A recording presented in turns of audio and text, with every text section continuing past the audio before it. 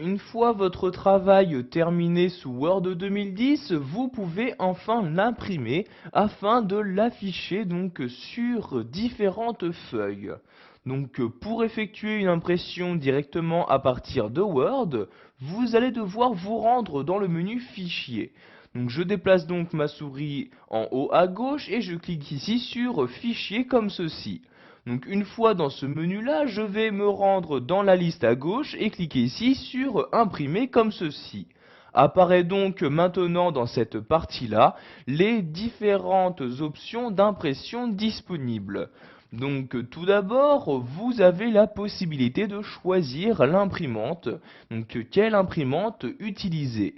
Donc je clique ici sur cette flèche-ci et apparaît donc maintenant dans cette liste les différentes imprimantes qu'il est possible d'utiliser. Vous voyez ici par exemple cette imprimante qui est actuellement en réseau. Donc si je souhaite l'utiliser, je clique donc dessus comme ceci. Ensuite, vous allez choisir ce que vous souhaitez imprimer, donc soit toutes les pages de votre document, soit certaines pages spécifiques. Donc je clique ici sur ce bouton-là. Donc, par exemple, ici, vous pouvez choisir soit d'imprimer toutes les pages, la page active, c'est-à-dire la page où se trouve actuellement votre curseur, ou vous pouvez rentrer manuellement une plage personnalisée.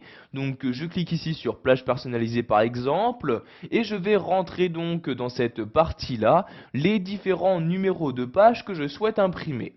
Donc, par exemple ici, si je souhaite imprimer la page numéro 2, j'insère un 2 comme ceci. Ensuite, pour entrer un nouveau numéro, j'insère un point virgule. Si je souhaite imprimer la page numéro 4, j'insère un 4 comme ceci. De nouveau, un point virgule. Si maintenant je souhaite par exemple insérer, donc imprimer les pages allant de la page numéro 6 à la page numéro 10, donc je vais insérer le 6, j'insère ensuite le tiret de cette manière et j'insère le 10. Donc maintenant je vais imprimer ici actuellement donc les pages numéro 2, 4 et celles allant de la page numéro 6 à numéro 10. Ensuite, vous allez choisir l'impression donc soit recto verso, donc en cliquant sur la flèche et en sélectionnant donc voyez soit donc impression recto verso. Donc voyez ici vous choisissez également le type d'impression donc recto verso, donc soit manuellement, soit automatique. Donc ici je sélectionne bien impression recto comme ceci. Donc si vous avez choisi d'imprimer plusieurs fois la même page, vous pouvez choisir dans quel ordre les imprimer. Donc en cliquant sur la flèche, donc soit l'ordre assemblé ou non assemblé. Donc voyez si vous choisissez non assemblé, vous allez tout d'abord imprimer donc toutes les premières pages, donc par exemple ici donc toutes les premières pages numéro 2, ensuite toutes les premières pages numéro 4, etc. En revanche, si vous choisissez assembler, vous allez imprimer la page numéro 2, 4, puis les pages de 6 à 10, puis vous allez recommencer une seconde fois, donc 2, 4, etc. Donc ici je choisis assembler comme ceci. Vous choisissez ensuite l'orientation et la taille de feuille que vous souhaitez utiliser. Donc l'orientation soit portrait, soit paysage en cliquant sur la flèche et en sélectionnant, donc vous voyez, soit l'orientation portrait ou orientation paysage. Donc ici je sélectionne bien portrait. Ensuite la taille, donc pour la modifier, vous cliquez sur la flèche et vous avez donc ici les différentes tailles disponibles. Donc vous voyez ici A4, A5, A6, la taille donc pour des lettres, etc. Donc suivant ce que vous souhaitez faire donc de votre document Word.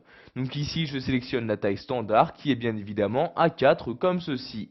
Vous pouvez également directement à partir de ce menu fichier donc modifier les marges et combien de pages vous souhaitez donc insérer sur une même feuille. Donc pour finir, nous allons voir également que vous pouvez donc comme nous l'avons vu plus tôt, augmenter le nombre de copies, c'est-à-dire combien de fois imprimer une même page.